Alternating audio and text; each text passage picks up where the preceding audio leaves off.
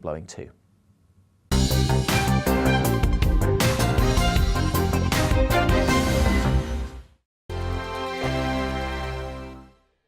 GB News is the UK's home of discussion and debate from all perspectives. To stay up to date on the latest stories, make sure that you subscribe to the GB News channel right here on YouTube. You can watch us live 24/7 across the whole world. You can also check out exclusive content and catch up on previous episodes of your favourite shows. Every day, we ask the questions that you'd ask, so why not add your voice to the conversation in the comments section? Don't forget to subscribe. We are GB News, Britain's news channel.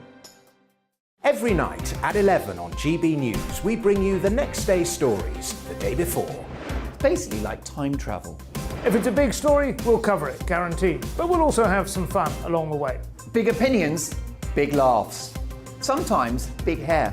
This is Headliners, the paper review show that won't send you to sleep like the others will. 11 p.m, 7 nights a week. Join us.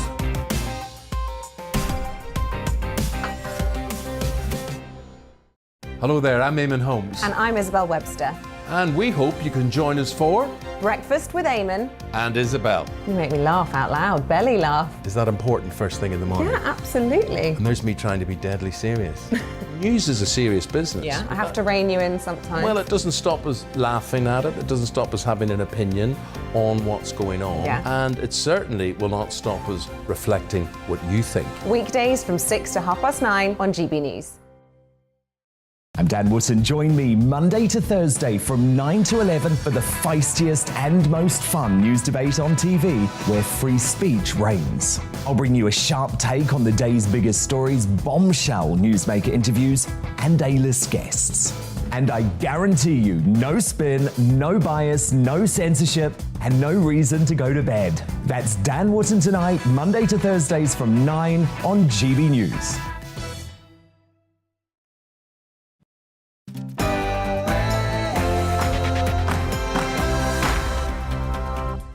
And welcome once again to On the Money. I'm Liam Halligan, and for the next hour here on GB News TV and DAB Plus digital radio, we're talking not just about the economic implications of this Russia-Ukraine conflict and the impact on the UK's cost of living crisis as the World Bank and others slash growth forecasts. We're also talking about the huge rethink this war is causing in terms of UK energy security and the government's net zero environmental agenda. The former head of British intelligence has told me such net zero policies are ridiculous and unrealistic, describing the rush to adopt electric cars as crazy and impractical. On the Money, energy security, electric cars, fracking. After the GB News headlines with Rhiannon Jones.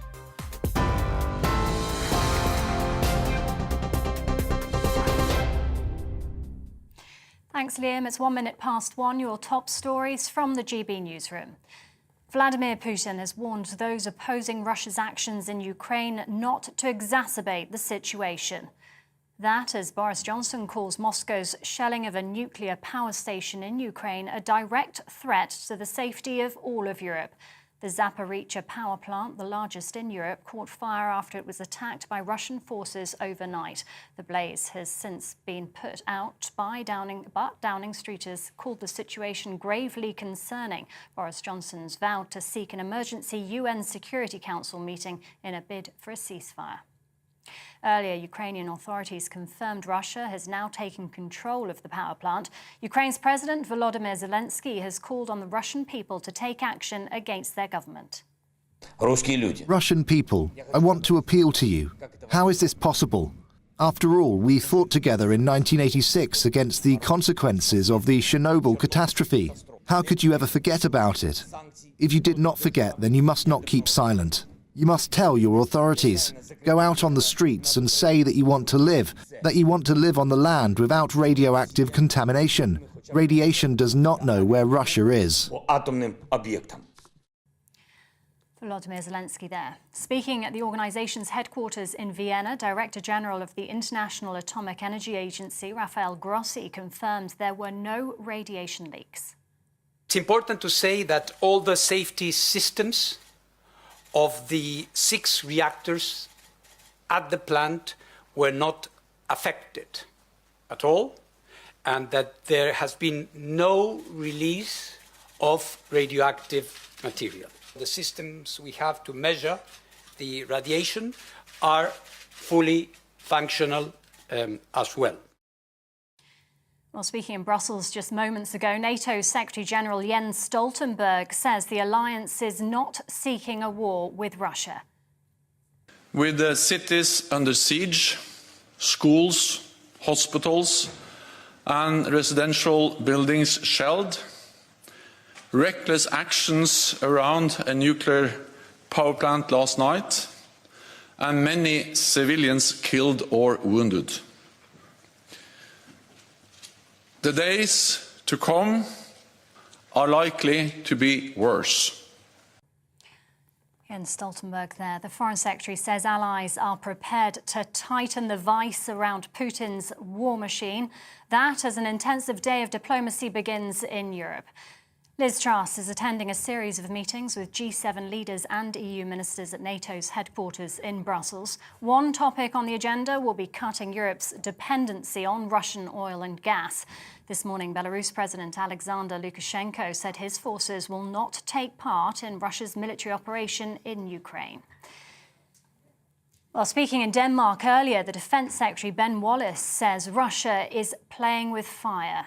Russian armed forces has in its arsenal a whole range of horrors that go way beyond capabilities that we would choose to have if you're complying with Geneva Conventions, the thermobaric vacuum bombs, for example, that we see in their inventory, in the way they are used, the cluster munitions that many of our countries have banned, those are weapons they still use. And the worrying signs from President Putin is, in his words, he seems to indicate no limit. Defence Secretary Ben Wallace there. Russian troops are advancing on the city of Mykolaiv near the Black Sea between Odessa and Kherson. That's according to its mayor. A Ukrainian presidential advisor, though, says they've managed to drive the troops back. Meanwhile, authorities in Mariupol, also in the south, say it remains under constant attack and residential areas are being shelled. In the capital, Kyiv, residents and volunteers are creating metal anti-tank barriers known as hedgehogs in a bid to slow Russia's advances. The Home Secretary has arrived in Poland to meet Ukrainians seeking to flee to the UK. She's there to launch the Ukraine Family Scheme, which allows anyone settled in the United Kingdom to bring their Ukrainian family back to safety. Ms. Patel says the British government is doing everything it can to support the Ukrainian people as they fight for freedom. In other news, Paulette Hamilton has won the Birmingham-Erdington by-election, holding the Labour seat. A nurse of 25 years, Ms Hamilton becomes the first black MP to represent a Birmingham constituency. In her victory speech, she expressed her admiration for the work done by her predecessor, Jack Dromey, who died in January. This is GB News. We'll bring you more as it happens now. It's back to Liam and On the Money.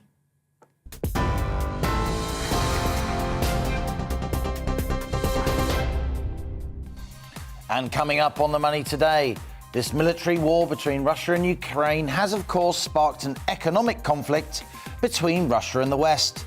That's seriously impacting the global economy, not least the UK, tightening our cost of living squeeze.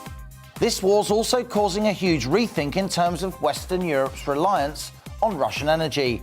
And as fuel costs spiral, environmental policies are now being seriously questioned. Will the government's net zero agenda be diluted, including the rush to adopt electric cars? We host a detailed discussion.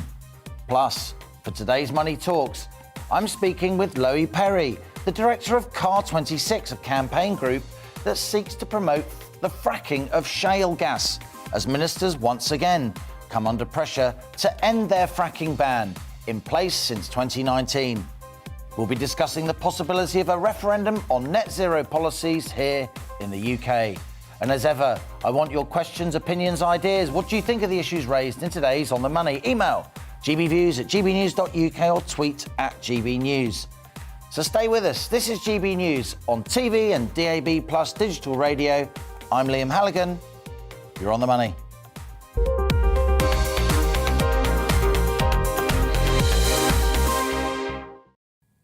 Now, as regular viewers and listeners know, On the Money's focused on the economic implications of this Russia-Ukraine conflict and the impact on our cost of living squeeze here in Britain. Harsh Western sanctions, however justified, are driving up fuel bills for motorists, households and firms, given Russia's huge energy exports. Now the World Bank has today said war in Ukraine is, quote, a catastrophe for the world economy, with more expensive fuel and food, quotes, hitting the poor hardest. The British Chamber of Commerce has previously said the UK economy would grow 4.2% this year.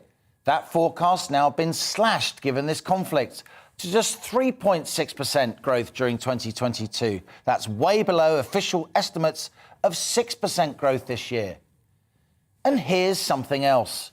This East-West conflict means some very serious people are now questioning the net zero agenda, the set of policies designed to lower UK carbon emissions. Earlier this week, Sir Richard Dearlove, the former head of MI6, told me the rush to net zero is admirable, but completely and totally unrealistic. We have to reassess. I don't know what's got into the government's head. It's ridiculous. The one-time head of British Intelligence Service said they have adopted a set of crazy, unobtainable objectives in terms of the introduction of EVs or electric vehicles. I applaud the objective to move towards net zero, said Sir Richard Dearlove, but we need a policy which is practical and achievable. The government said that by 2030, new petrol and diesel cars will be outlawed as electric vehicles become widespread. But a new survey by Which magazine has found many drivers feel EVs, which can cost 50% more than conventional cars, are too expensive and perform less well. This Which survey said 31%, almost a third of EV owners, reported problems with their car within 4 years of ownership. That compares to just 19% for petrol cars. And when EVs are faulty, drivers told Which they require an average of 5 days off the road repairs. Petrol cars average just 3 days off the road. Now, this Russia-Ukraine conflict is clearly affecting the UK economy hugely, and one aspect of that is a big rethink on energy policy, with the broader net zero environmental agenda possibly set to be watered down. So that's our On the Money question today to end this tumultuous week. Will this Russia-Ukraine conflict dilute the UK's net zero agenda?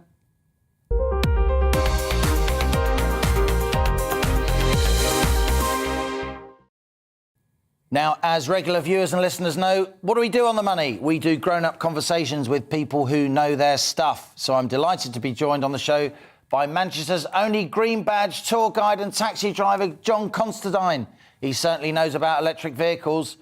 We've also got broadcaster and car dealer Danny Kelly, and our regular panellist, the Chief Economic Advisor to the Centre for Economic and Business Research, it's Vicky Price in the studio.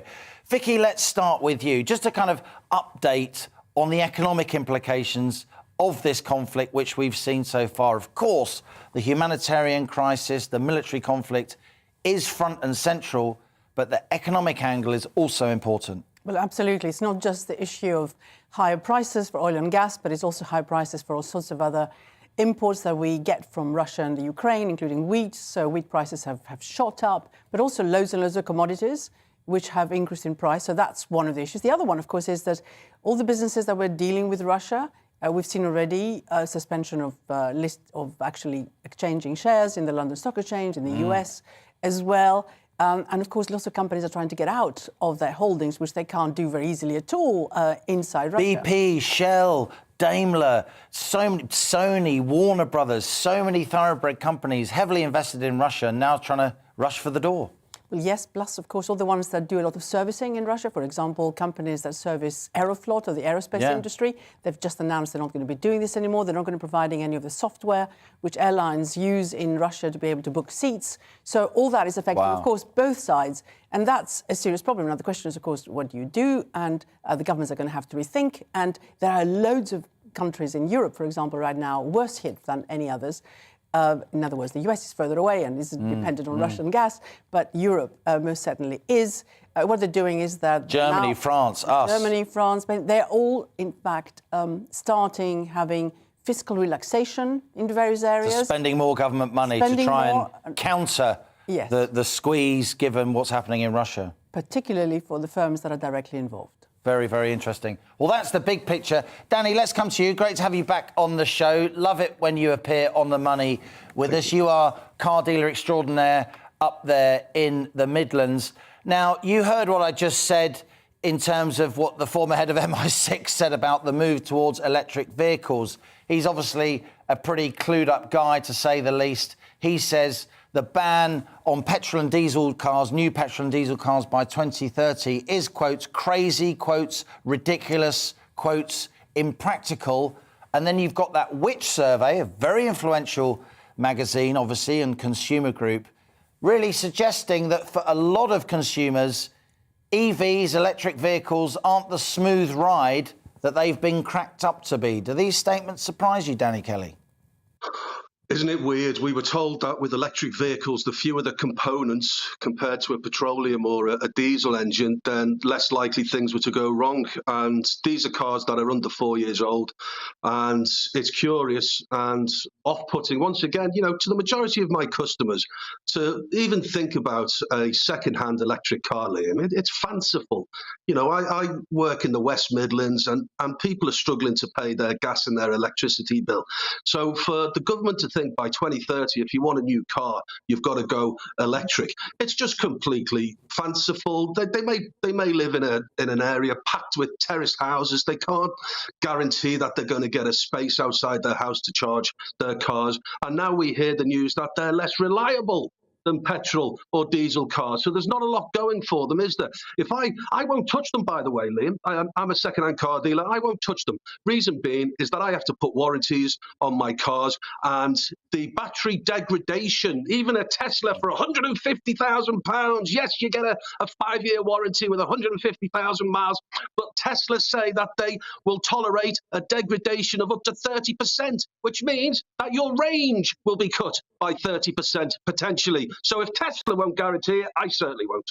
Very interesting, Danny. And I must say, you know, I've looked closely at electric cars, both as a consumer and as an economist doing my research. And when I've suggested scepticism, I've been accused of inciting culture wars. And now I've got Sir Richard Dearlove, the former head of MI6, saying, yes, to try and ban new petrol and diesel cars by 2030 is crazy, unrealistic, impractical. But look, there's two sides to every story, and that's what On the Money is all about. We value debate above everything else. And I know John Constantine, great to have you on the show. You're becoming faster On the Money regular there. Joining us from your wonderful electric taxi in Manchester. I know you're a huge fan of electric cars, aren't you? I prefer the electric taxi to the diesel taxi that I had before. It gives you a lot more scope, and I know mine is a working vehicle rather than my own personal vehicle. So it's a business, and that's the way I run it. So I can understand if you're personally buying an electric vehicle for yourself, it's a different situation. But for me, working with the vehicle, it's absolutely fantastic. It's 6 seats, panoramic sunroof. The electric, I've not had any problems with it, but I drive like an old man. So I just poodle around and then just get on, just drive around. So I've been very, very lucky that I've not been off the road. I've not had any time off the road with it, and everything's been fine with it. Well, John, On the Money viewers, as opposed to listeners, can see you don't look like an old man. You look fantastic, mate. Look, we're going to keep this discussion going after the break. What an incredible panel. We've got John Constantine there in Manchester. We've got Danny Kelly in the Midlands. They have opposing views on electric vehicles. And here in the studio, we got Vicky Price, who used to run the government's economic service, one of the most important posts in Whitehall. It couldn't get better. Stay with us. You're On the Money. Hello. Big contrasts with the weather this Friday. A fairly dull, dismal day across much of the east. Whereas in the west, well, there are 1 or 2 showers, but many places dry and bright with some spring sunshine, thanks to this little ridge of high pressure. This weather front, though, has been with us for a few days now, and it's just ground to a halt across these eastern parts of England, bringing thick cloud, rain and drizzle on and off for much of the day. Parts of eastern Scotland also being affected. Parts of East Anglia still but largely dry, and we could reach double figures in Norwich with a bit of brightness, but stuck under this rain band from Newcastle to Hull. Temperatures really only 5, 6, 7 at best. Further west, a few showers for Wales and southwest England, but many places dry and bright, and temperatures 8, 9, 10 Celsius. Through this evening, we'll keep a few showers in the west, and we'll keep that wet weather across the east, although it should start to peter out across the far northeast of England. Staying fairly soggy, though, across East Yorkshire, Lincolnshire, and rain on and off across southeast England and East Anglia for most of the night. Keeping the temperatures up here, but with clearer skies further west, a frost likely, certainly for Scotland, Northern Ireland, a fairly widespread frost to start the weekend, but should be some cracking sunshine here on Saturday. Now, yesterday we thought this rain may be a little further north, but now it looks like it will be mostly across these eastern parts of England, south of Lincolnshire into the East Midlands. A dull, damp day here on Saturday. Brighter skies for Wales and southwest England, some sunshine likely here, and as I said, a fine day for Scotland and Northern Ireland. After that, early frost temperatures picking up to 8 or 9 degrees, but it's quite a bit colder than that, stuck under that thick cloud, rain and drizzle, which will persist across these eastern parts of England. And easterly winds starting to pick up as well. That will eventually start to chase the rain away during Saturday night and into Sunday. Just a few showers on Sunday, but many places dry, with a fair bit of cloud across England and Wales and a cold easterly wind blowing too.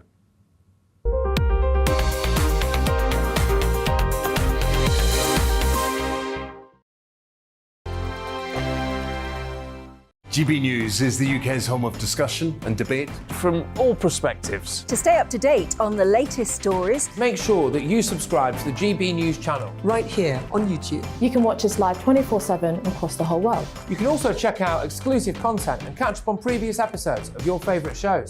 Every day, we ask the questions that you'd ask, so why not add your voice to the conversation in the comments section? Don't forget to subscribe. We are GB News, Britain's news channel.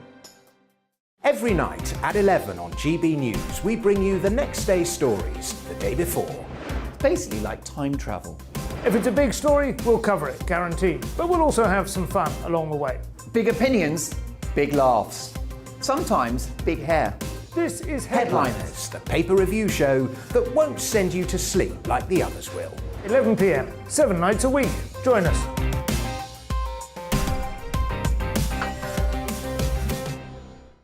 Hello there, I'm Eamon Holmes. And I'm Isabel Webster. And we hope you can join us for Breakfast with Eamon. And Isabel. You make me laugh out loud, belly laugh. Is that important first thing in the morning? Yeah, absolutely. And there's me trying to be deadly serious. News is a serious business. Yeah, I have to rein you in sometimes. Well, it doesn't stop us laughing at it. It doesn't stop us having an opinion on what's going on. Yeah. And it certainly will not stop us reflecting what you think. Weekdays from 6 to 9:30 on GB News. I'm Dan Wootton. Join me Monday to Thursday from 9 to 11 for the feistiest and most fun news debate on TV, where free speech reigns. I'll bring you a sharp take on the day's biggest stories, bombshell newsmaker interviews, and A-list guests. And I guarantee you, no spin, no bias, no censorship, and no reason to go to bed. That's Dan Wootton tonight, Monday to Thursdays from 9 on GB News.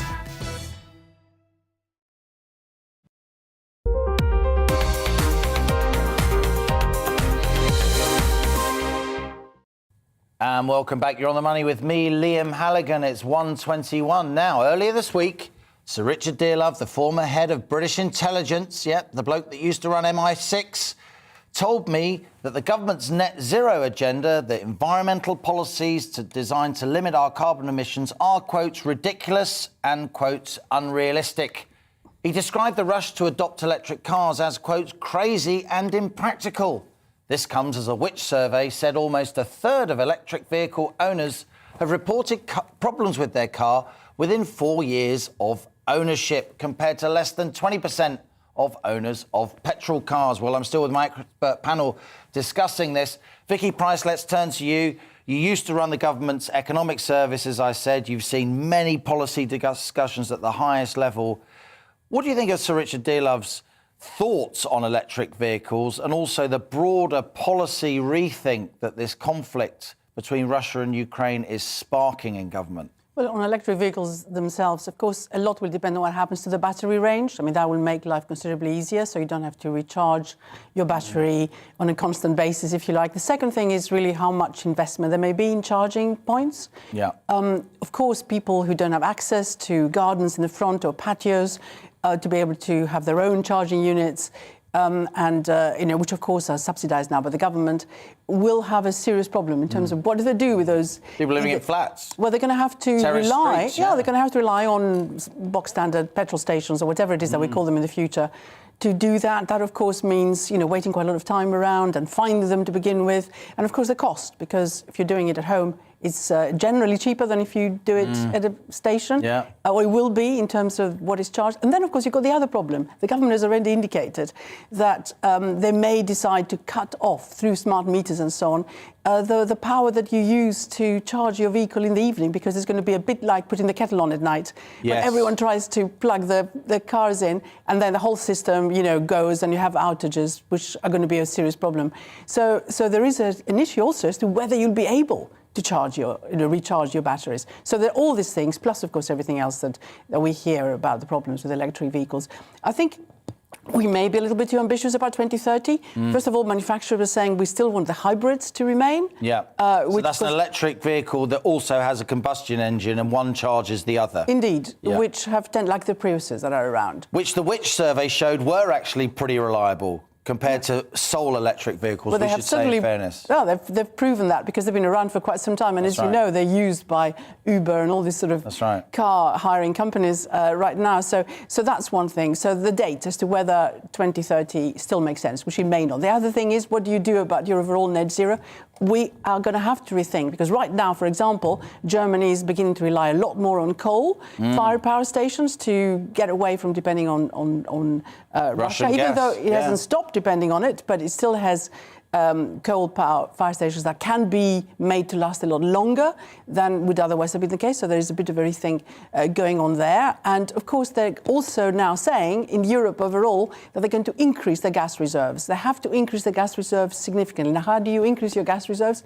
You produce more gas, or you get it from somewhere else, which means our dependency on gas is going to be here for quite some time.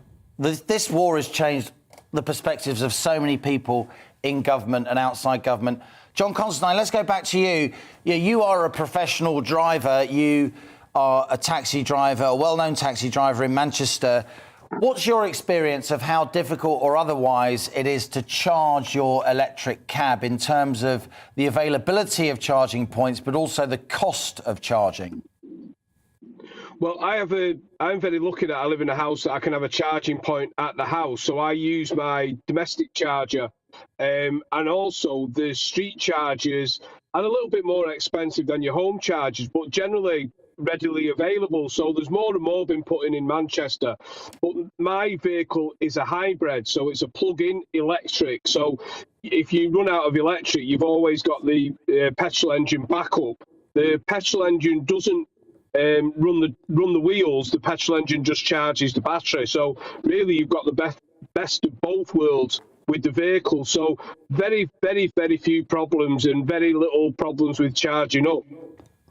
Interesting. From Manchester now, back to the Midlands, back to Danny Kelly, second-hand car dealer that you are. Danny, what's your instinct? We just heard Vicky Price, who knows her way around Westminster and Whitehall, saying that she thinks this 2030 date for a ban on new petrol and diesel cars may slip. It may be pushed further into the future. Is that your instinct too?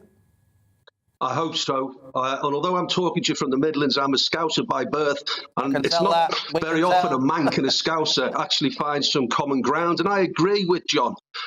He has the best of both worlds. But curiously, by 2030, he won't be able to buy a petrol/electric hybrid taxi. I think we've got to push it back. Liam, now, on the 2019 manifesto for the Tories, they did actually say net zero was one of the manifesto pledges. But Liam, I don't think people really understood what net zero meant to them.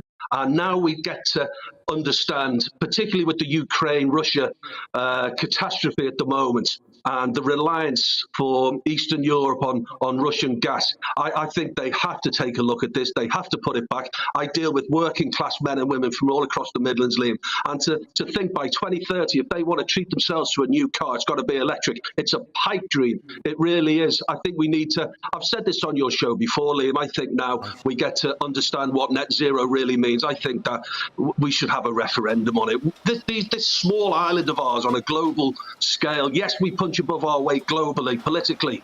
Of course we do. But we are responsible for around about 1% of CO2. And look at how older people are being punished. They can't afford to put the heating on through cold, bitter winters. And there's so much pressure from the green lobby. It's difficult to argue against them. Otherwise, you get accused of wanting to bring the planet to a premature termination. It's just so crazy for people. Danny Kelly, second-hand car dealer in the Midlands there. Great to talk to you. And John Constantine in Manchester. Really interesting discussion.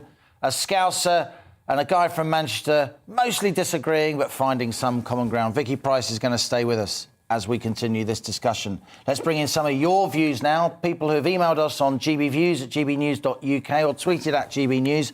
Claudette says, only the wealthy liberal elite want net zero to happen at breakneck speed. I personally have no intention of buying an electric car or a heat pump. Elizabeth emailed to say net zero is fundamentally flawed as a concept. Of course we should be more self-sufficient in our energy supplies. Furthermore, we should be more self-sufficient in our food production. Surely we can grow more of our own food instead of being reliant on Russia. Nick contacted us to say, I think electric vehicles are totally impractical due to the initial cost and power supply, which is already on the edge of blackouts. And Alan says, if our politicians had the foresight and guts to allow fracking several years ago, we would by now not only be self-sufficient in gas, but an exporter to Europe. Funny you should say that, Alan. We're going to be discussing that in just a moment. So stay with us and keep your emails coming. gbviews@gbnews.uk or tweet at GBNews. This is On the Money with me, Liam Halligan. After the break, we'll be crossing over to our Northern Ireland reporter, the intrepid Doogie Beattie. He'll be talking about how the crisis in Ukraine is affecting beer prices here in Britain. What could be more important? And as today's Money Talks interview, that's with broadcaster and campaigner Lois Perry. She'll be speaking about her belief that fracking can be used to combat the UK's cost of living crisis. But first, it's the GB News headlines with Rhiannon Jones.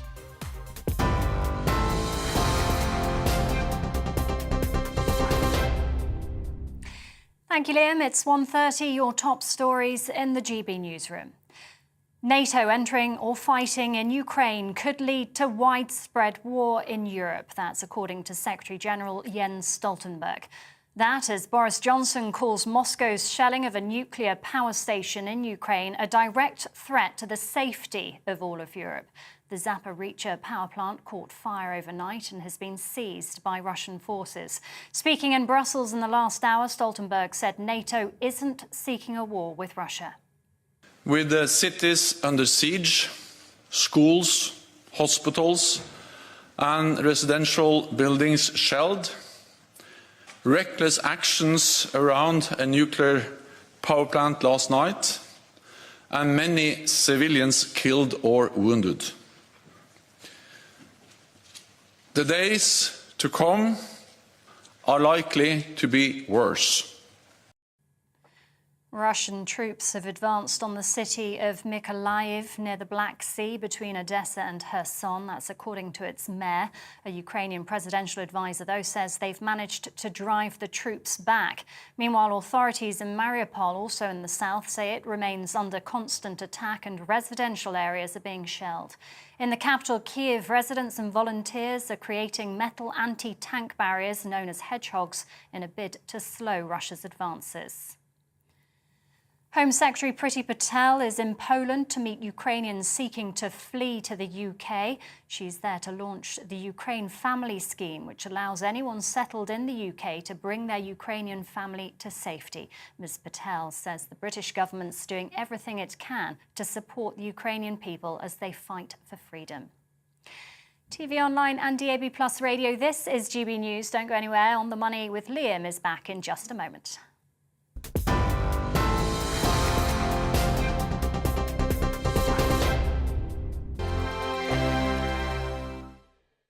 GB News is the UK's home of discussion and debate from all perspectives. To stay up to date on the latest stories, make sure that you subscribe to the GB News channel right here on YouTube. You can watch us live 24/7 across the whole world. You can also check out exclusive content and catch up on previous episodes of your favourite shows. Every day, we ask the questions that you'd ask, so why not add your voice to the conversation in the comments section? Don't forget to subscribe. We are GB News, Britain's news channel. Every night at 11 on GB News, we bring you the next day's stories the day before. Basically like time travel. If it's a big story, we'll cover it, guaranteed. But we'll also have some fun along the way. Big opinions, big laughs. Sometimes big hair. This is Headliners, the paper review show that won't send you to sleep like the others will. 11 p.m, 7 nights a week. Join us.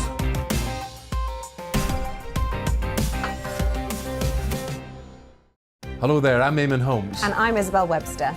And we hope you can join us for Breakfast with Eamon and Isabel. You make me laugh out loud, belly laugh. Is that important first thing in the morning? Yeah, absolutely. And there's me trying to be deadly serious. News is a serious business. Yeah, I have to rein you in sometimes. Well, it doesn't stop us laughing at it. It doesn't stop us having an opinion on what's going on. Yeah. And it certainly will not stop us reflecting what you think. Weekdays from 6 to 9:30 on GB News. I'm Dan Wootton. Join me Monday to Thursday from 9 to 11 for the feistiest and most fun news debate on TV, where free speech reigns. I'll bring you a sharp take on the day's biggest stories, bombshell newsmaker interviews, and A-list guests. And I guarantee you, no spin, no bias, no censorship, and no reason to go to bed. That's Dan Wootton tonight, Monday to Thursdays from 9 on GB News.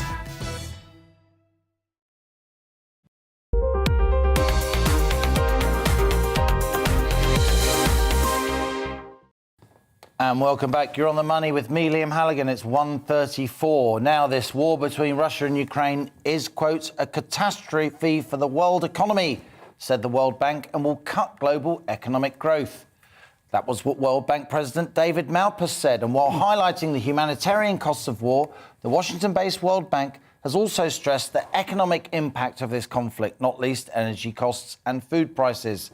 This comes at a bad time, the World Bank says, this conflict between East and West, because, quotes, inflation was already rising. You can say that again. Now, here to speak about the economic stifling caused by this war, I'm delighted to be joined by Sir Christopher Mair, former UK ambassador to the US from 1997 to 2003, and I'm still with friend of the show and expert economist in her own right, Vicky Price, in the studio. Sir Christopher, great to have you on the show as ever. So many questions I want to ask you. I haven't spoken to you since this conflict began. But let's just focus, if we may, on the economy. Of course, the most important thing about what's happening is the military conflict and the humanitarian fallout.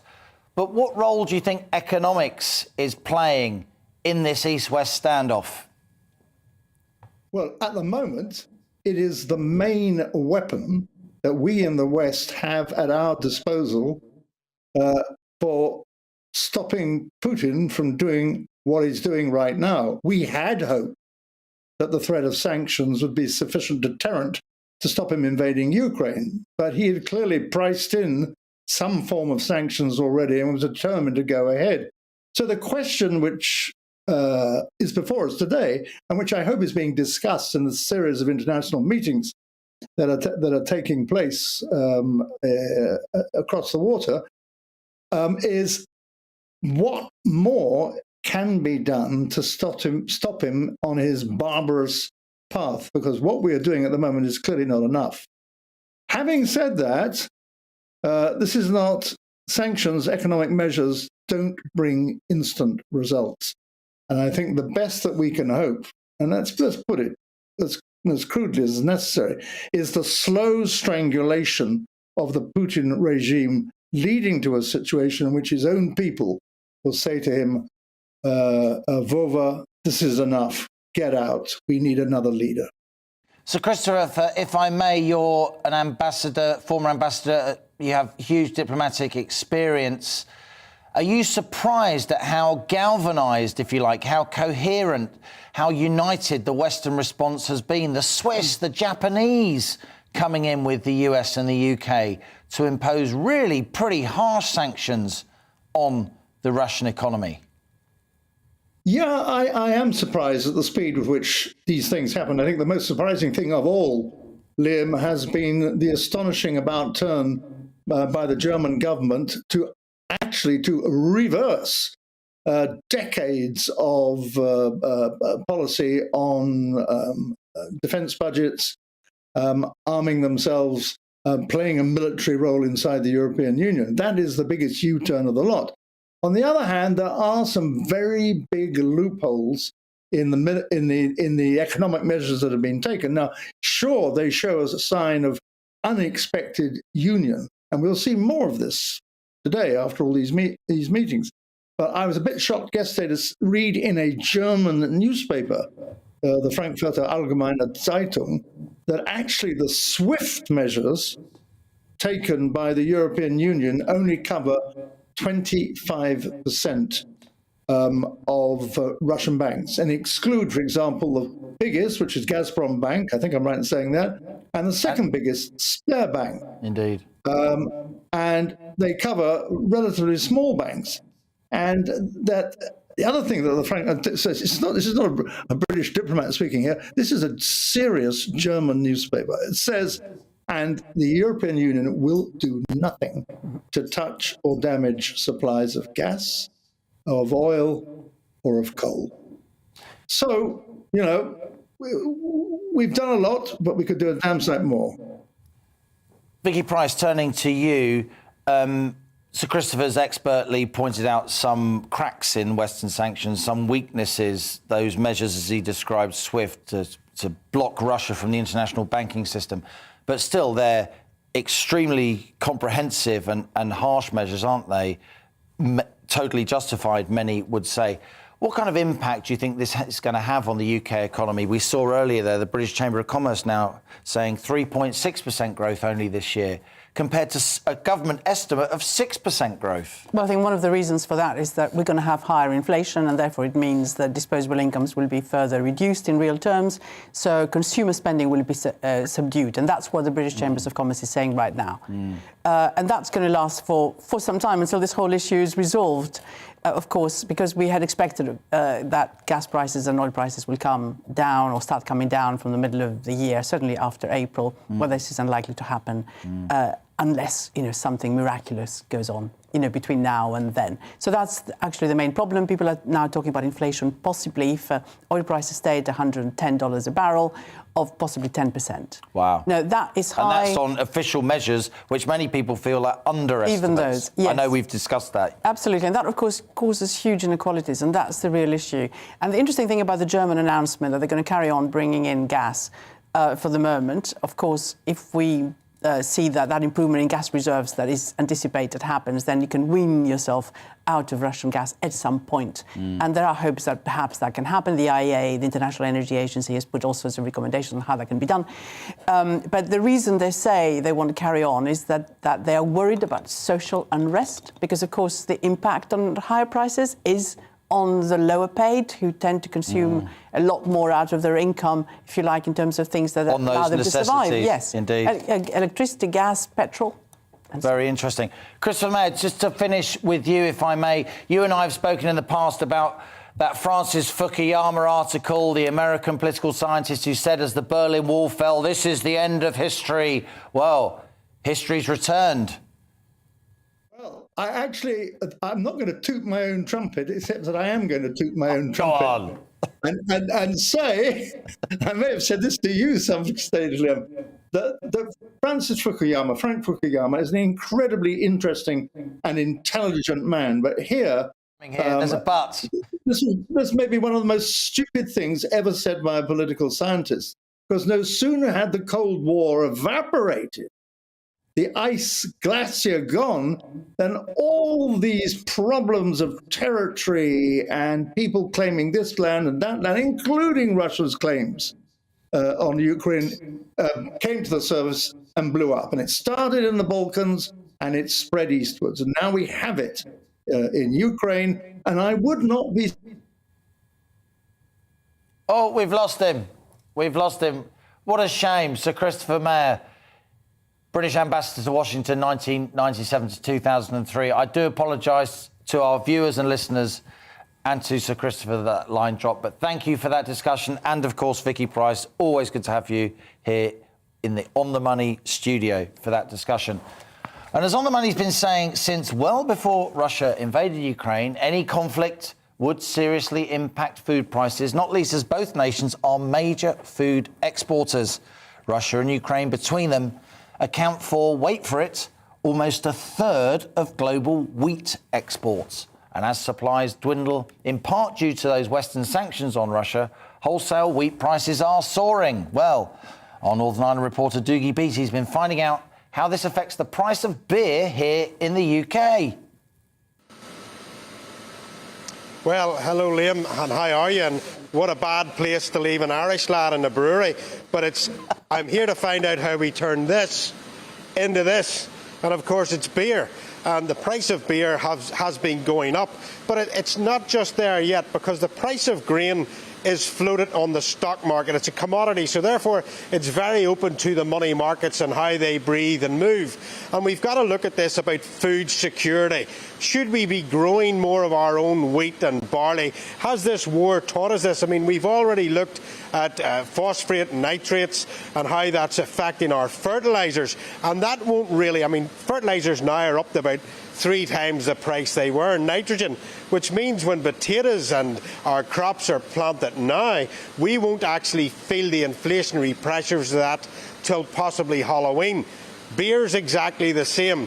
Those wheat markets that haven't come from Ukraine and Russia, nobody knows exactly how much they've grown and how much it's put into our food supply. We won't find that out probably till September or October, and that will stop our government from easing pressures in other ways.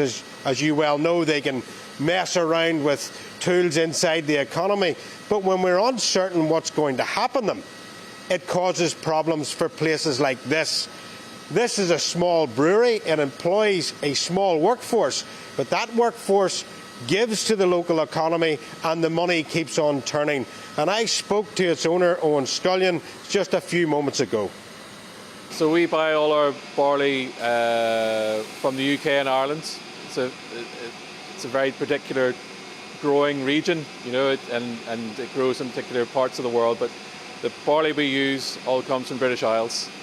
At the same time, it's an internationally traded commodity, so the prices go up and down annually. Malted barley has gone up, but not to the extent that I maybe feared.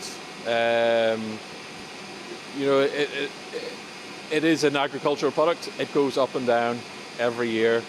Unfortunately, we're on a steady trend up for the last few years. And whether that comes down, it's hard to say. But we have tried to hold our price steady for a number of years now. But this year, you know, where the commodities or not the commodities, but the utilities have really hit us, and we'll be forced to pass some of those costs on. It's a difficult time to come through after COVID, where we've been. And at my level, I feel local government is what needs to step up to help us. And unfortunately, that seems to be a perennial problem for us in Northern Ireland. Well, you can hear the uncertainty in that man's voice. He is one of the backbone of the economies in Northern Ireland. Are people like that, and they have to, you know, decide whether they're going to borrow money, whether they're not. Now, they've just come out of a pandemic, and in that pandemic is all the uncertainty.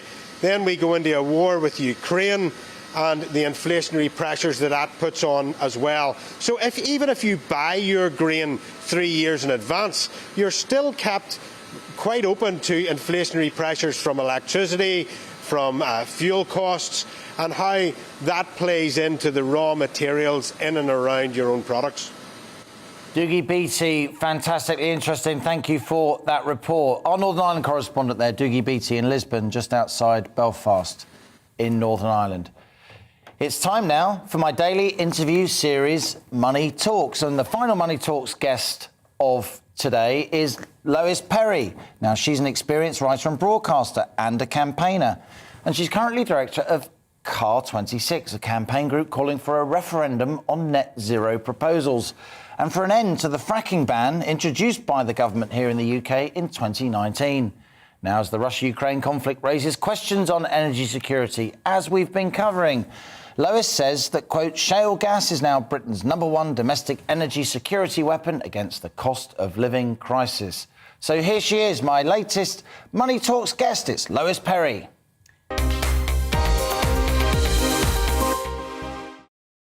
Hello, thank you for having me. Lois, we live in very interesting times. You may have seen earlier on the show I quoted Sir Richard Dearlove. I had a chat with him earlier this week. He says the UK should end the fracking ban now. Just a few weeks ago, people who wanted to end the fracking ban were seen as somewhat undesirable and a bit strange and inciting culture wars. Now you're backed up by the former head of MI6. Well, isn't that wonderful? I mean, I've been leading this from the front. In October, we launched Car26 and we called for, we did polling asking about a referendum, whether people wanted to have it or not. And actually, 58% of people said that they wanted to have a referendum on net zero. And that got a tremendous amount of traction.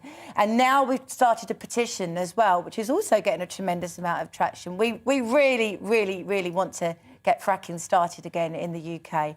And we've got these wells in Lancashire that are going to be concreted up in a couple of weeks. I mean, what's that all about? It's just absolutely ridiculous. And make no mistake, this whole Putin situation would not be happening if we had domestic energy security.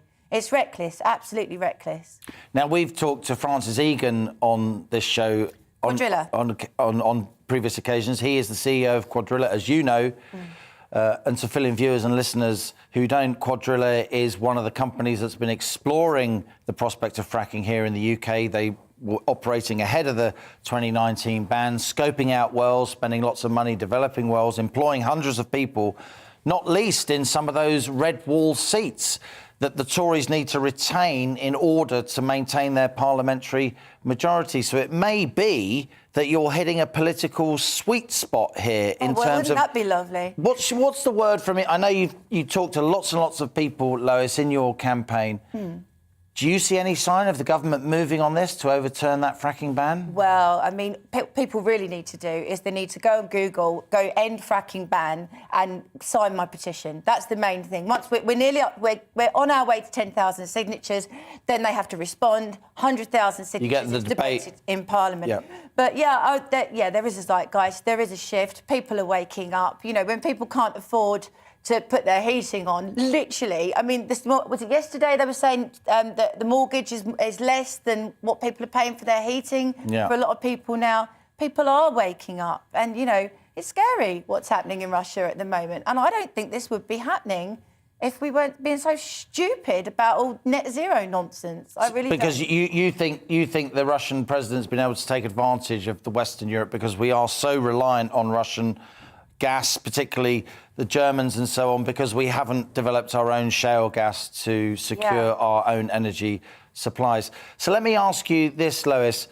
To what extent do you think that the fracking ban is driven by misinformation? What's your thoughts on reports that fracking causes underground earthquakes, it leads to gas coming out of people's taps in their bathrooms? It's all fake. Isn't there some truth in that? Apparently... At least some? There are little tiny tremors that are about 2.9 on the scale. That's what all the green wokey people that were all funded by Russia, by the way, and I think it was in preparation for what he's about to do now. Well, they'd deny that. But they would deny that, but you know, it's nonsense. It's absolute nonsense. 2.9 on the Richter scale is what they were actually identifying as being a problem. You can't feel anything at all unless it's 4, and even that is like a bus rumbling by. It's just absolute nonsense. Just to play devil's advocate, though, and build up the debate, if I may, the question isn't that it causes earthquakes, that causes, you know, San Francisco and you know, but you wouldn't even feel it. Huge ruptures in roads and houses. But if you have underground earthquakes, it can undermine aquifers and damage water supplies, and they become... Is there any truth in that, in your view? I think possibly when fracking first started, there were some developmental issues, but they've all been completely ironed out. I mean, in America, they've fracking all the time. There's no problems over there. And actually, we've been fracking in this country for 50 years. We've had over 200 wells. No one cared. No one cared at all until the money started flowing in to get it all overturned in 2013. The government used to actually go for gold with it. They thought it was brilliant. So let me ask, Lois, I'm a responsible journalist. I've got to ask you this question. What's your motivation for this? You're not, as far as I know, a geologist. You're obviously an experienced writer and broadcaster, fair play. No, I'm not a geologist. And you're an effective campaigner, no one could deny that. But where are you coming from in this debate? Are you doing this on a voluntary basis? Is somebody paying you to do this? I feel at its heart that us having domestic energy security is a libertarian issue.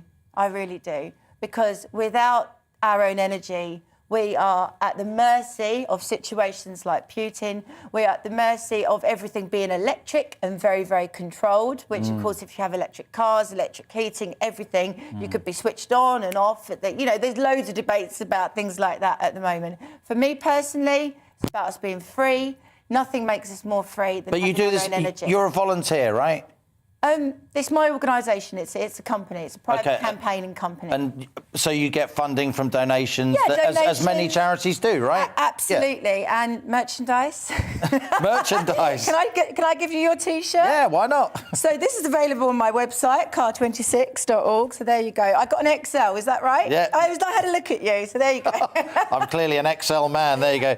Or even an XXL man, there you go. But people must go on our website and they must sign the petition for the referendum on net zero. But the main thing I'm pushing at the moment is let's do this House of Commons petition to end the fracking ban, because we need security in everywhere. Or it be not the rumble of buses like Tremors, it'll be the rumble of tanks that we're hearing. And just finally, Lois, there's obviously going to be a big debate about this. You've got, a big lobby that wants fracking and you've got a big lobby that doesn't want fracking. I'm sure you and I can agree it's vital we have transparency about how people are being financed, where people are coming from, on both sides of the debate, right? I completely and utterly agree with you. And it'd be very interesting to see where all these NGOs get their money from. It really is. Well, this show, this channel, On the Money, GB News, we're all about open debate, having an honest exchange of views, and we're very grateful, Lois Perry, that you are my latest Money Talks guest. Thank you. All the very best. And that is all we got time for today. Thanks for joining me here on The Money. We'll be back on Monday at 1 p.m. as ever for another whole week of On the Money here on GB News TV and DAB Plus Digital Radio. Thanks for joining me this week. It's been a tumultuous one.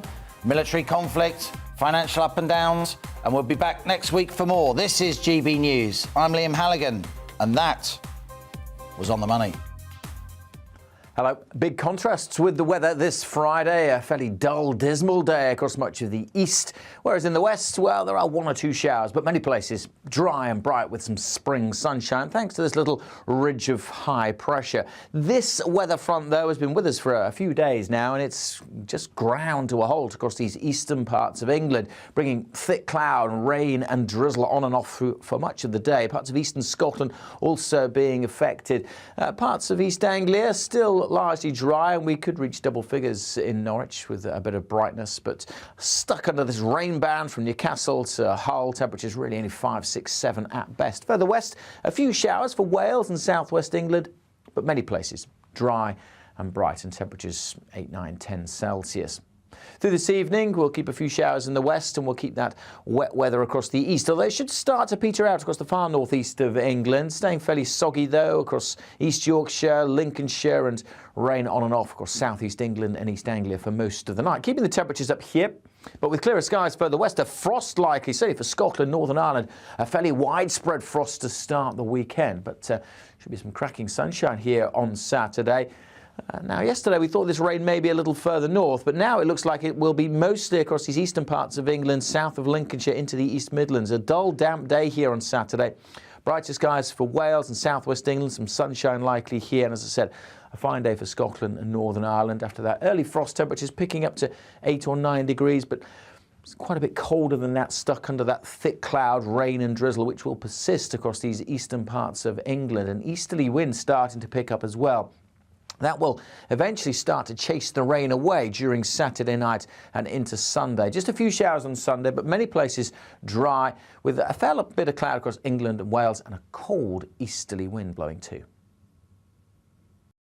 Vladimir Vladimirovich Putin, ex-KGB officer and black belt in judo. He's a diminutive man with a soft voice but a fixed stare that sends a chill down many people's spines. The West is scrambling to try and get inside of the man who has launched an invasion on Ukraine.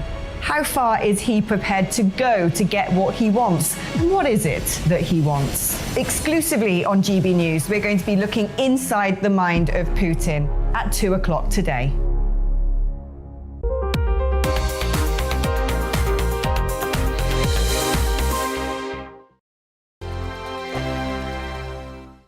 GB News is the UK's home of discussion and debate from all perspectives. To stay up to date on the latest stories, make sure that you subscribe to the GB News channel right here on YouTube. You can watch us live 24/7 across the whole world. You can also check out exclusive content and catch up on previous episodes of your favourite shows.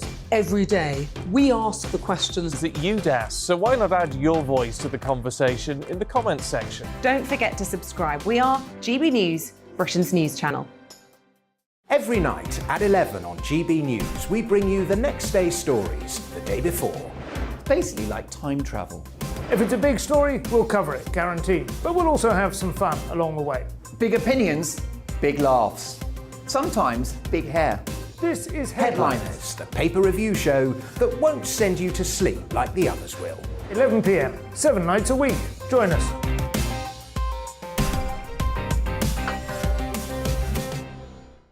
Hello there, I'm Eamon Holmes. And I'm Isabel Webster. And we hope you can join us for Breakfast with Eamon. And Isabel. You make me laugh out loud, belly laugh. Is that important first thing in the morning? Yeah, absolutely. And there's me trying to be deadly serious. News is a serious business. Yeah.